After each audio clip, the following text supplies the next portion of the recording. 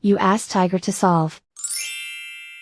This deals with linear equations with one unknown. The final result is x equals 1. Let's solve it step by step. Simplify the expression. Multiply the fractions. Expand the parentheses. Simplify the arithmetic.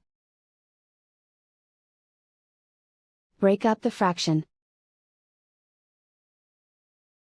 Group all constants on the right side of the equation. Add 15/2 to both sides. Combine the fractions. Combine the numerators. Reduce the zero numerator. Simplify the arithmetic. Convert the integer into a fraction. Combine the fractions. Combine the numerators. Isolate the x.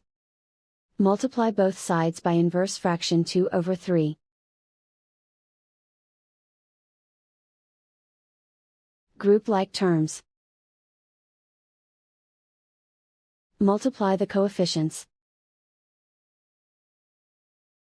Simplify the fraction. Multiply the fractions.